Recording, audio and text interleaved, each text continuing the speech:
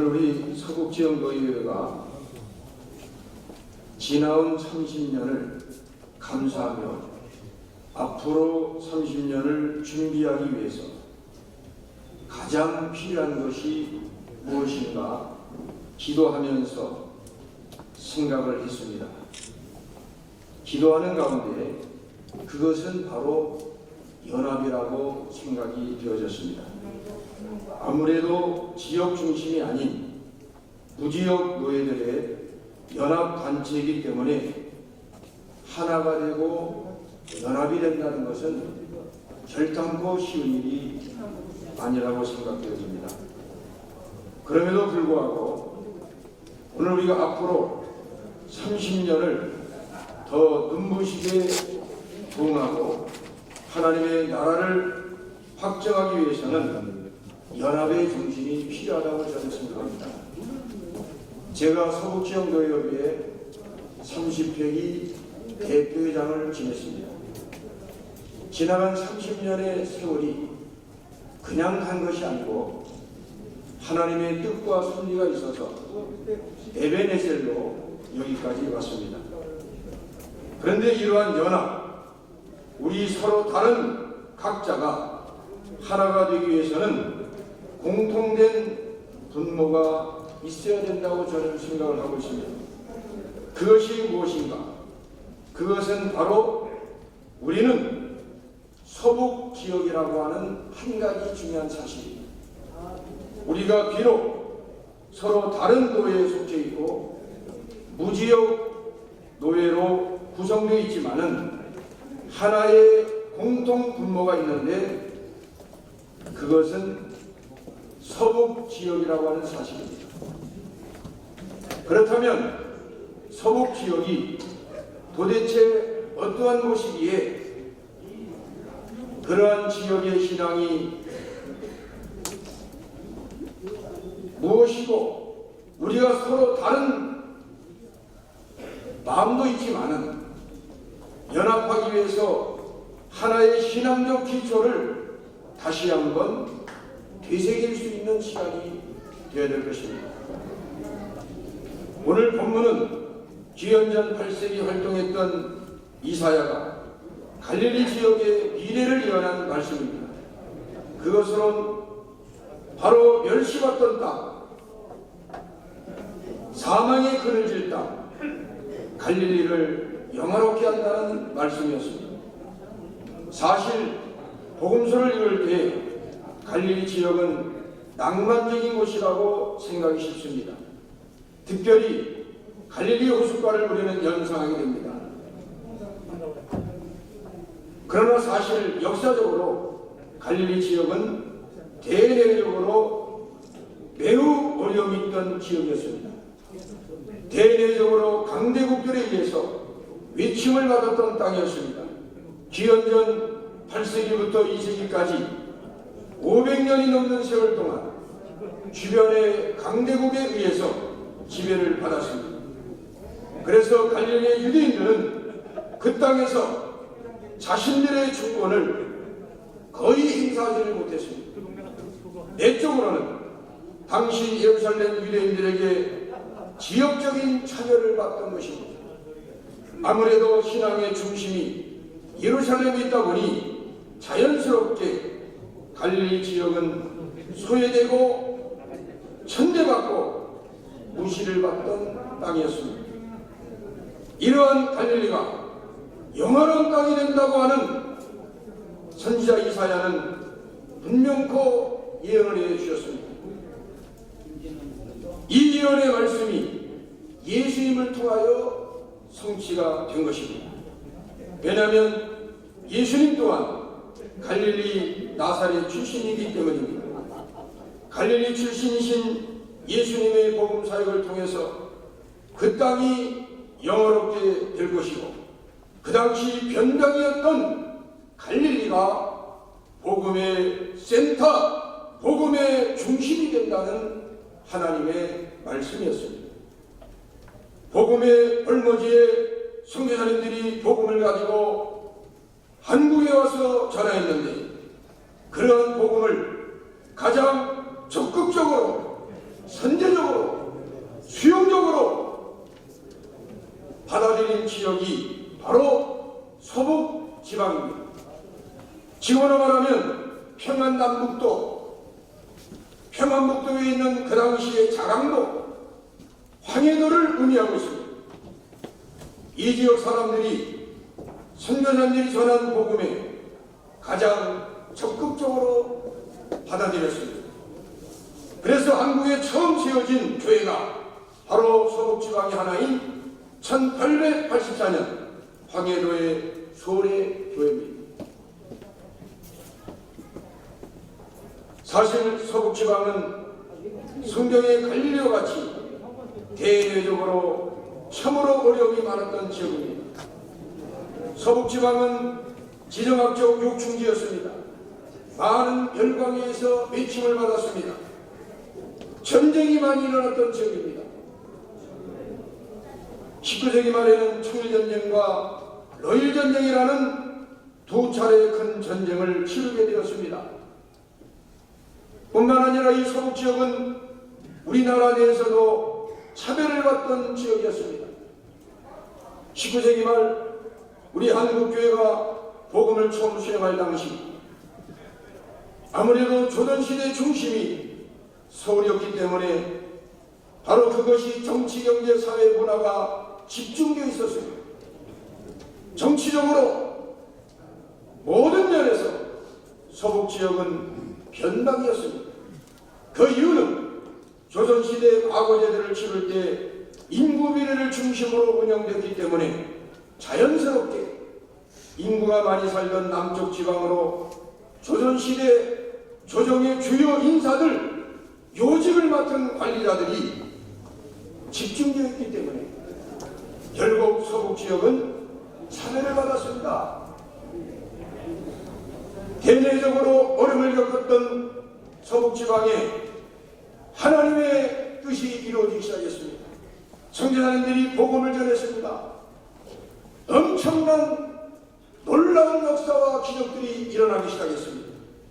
한 선교사님의 말씀에 의하면 그 당시 서북지방은 전 세계 어떤 것도 능가할 수 없는 놀라운 복음의 역사가 확산되고 교회가 사고 넘치는 정의적인 부흥이 있었다고 고백을 하고 있습니다.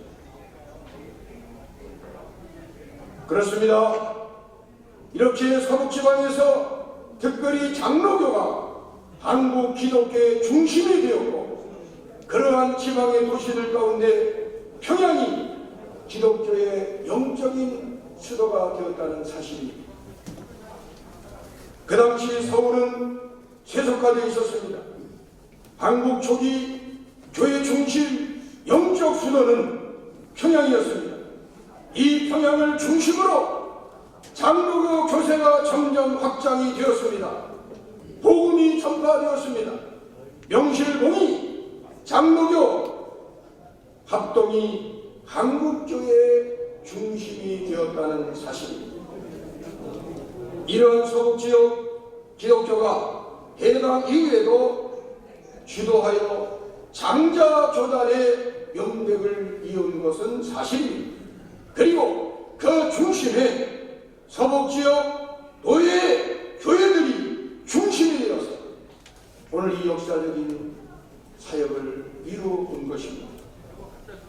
우리 총회 안에서 무지역교회라고 때로는 지역적인 차별도 받았고 여기에 대한 여러 가지 어려움이 있었던 것이 사실이었습니다. 우리 서북지방 기독교가 공유하고 있는 신앙의 정체성, 저는 이 세 가지를 말씀드리고 설교를 마칩니다. 서북지역의 정체성이 무엇이냐? 그것은 부흥신앙입니다. 1907년 평양 장대교에서 부흥의 역사가 일어나는 것은 하나님의 섭리였습니다. 장대교에서 부흥이라는 것은 결단도 우연이 아니었습니다. 하나님의 특별한 섭리가 있었습니다. 복음을 전하러 왔다가 대동강변에서 순교한 토마스 선교사님이 건넨 성경, 그것이 박영식이라는 분에게 건네지고 그 성경을 자기 집 화장실에 도배한 그곳이 바로 교회의 중심이 되었습니다. 그리고 엄청난 성령의 바람이 불었습니다. 사도행전 2장의 성령의 역사처럼 교회에 모인 성자님들로부터 우리 한국의 기독교인들 모두가 지난날의 잘못과 허물을 하나님께 회개했습니다. 하나님, 내가 죄인입니다. 하나님, 내가 잘못했습니다. 하나님께 회개하면서 그에 대한 배상과 책임을 다하는 세계 역사에 유례없는 놀라운 기적을 이루었던 것입니다.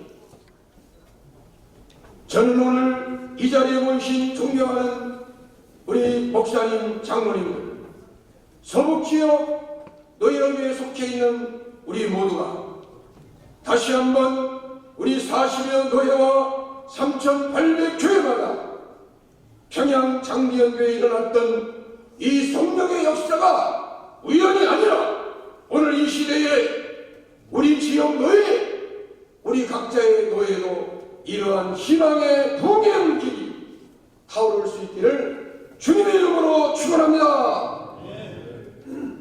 두 번째는 선교신앙입니다. 1907년 평양 대동이 있었습니다. 그리고 가장 먼저 있었던 것이 조선 예수교 장로회 동로회가 조직이 되었습니다. 이때 평양에서 제1회 장로교 신학교를 졸업한 7명에게 최초의 안수를 줍니다. 그 한 명이 이기통 목사님입니다. 제주도로 선교사로 파송할 것을 결의했습니다. 바로 이것이 선교 중심의 방향으로 최초로 흘러간 것입니다. 이러한 동로의 선교신앙의 전통은 1912년 평양에 열린 조선예수교 장로회 일에서도 이어집니다. 그 당시에 총회는 설립 기념으로 세 분의 목사님을 선교사님으로 임명하여 1913년 9월에 산동성으로 파송을 했습니다. 서북지방의 중심인 평양에서 제1회 노예와 총회가 열렸는데 그 중심에는 선교신앙이 있었다는 사실입니다. 오늘 우리가 모임을 갖습니다. 우리가 총회를 갖습니다. 우리의 모여있는 이 중심이 이제는 선교 중심으로 흘러야 할 것입니다. 어떻게 하면 더 선교를 잘할 것이냐, 어떻게 하면 복음을 전할 것이냐. 노예에서도 선교사님을 파송하지만 우리 서북지역 노예회가 40개 노예가 합치면 어떤 일도 감당할 수 있다고 저는 생각합니다. 이제 앞으로 30주년을 지난, 성년을 지난 우리 서북지역 노예가 이제는 방향을 넓은 곳으로 바라보시고 선교신앙으로 정체성을 가지고 나갈 수 있는 기회가 되기를 주님의 이름으로 축원합니다. 세 번째, 민족신앙입니다. 서북지방의 신앙은 내 교회, 내 교단만을 위한 것이 아닙니다. 소화적인 생각을 버려야 됩니다. 우리는 민족을 사랑하는 마음을 가져야 됩니다. 나라와 민족을 사랑하는 마음이 있어야 됩니다. 민족이 어려울 때에 외면하지 않는 신앙입니다. 코로나로 인해서 우리 한국뿐 아니라 세계 열방이 두려움 속에 있습니다. 이제 우리 교회는 일어나야 됩니다. 여러분 아시는 대로 1911년 일어났던 백오인 사건, 3.1운동 중심에도 서북지역 중심의 신앙운동이 있었습니다.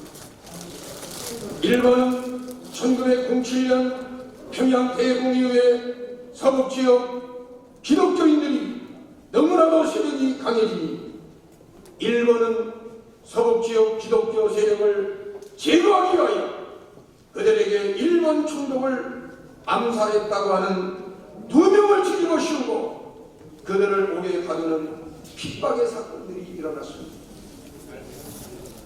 1919년 일본에 대한 독립운동을 하는데도 서북 출신 기독교 지도자들이 대환란을 주도했습니다. 이러한 민족적 신앙을 통하여 서북 지역에서 기독교는 사회 앞에 존경받는 선한 영향력을 끼치는 그러한 신앙의 역할을 감당했다는 사실입니다.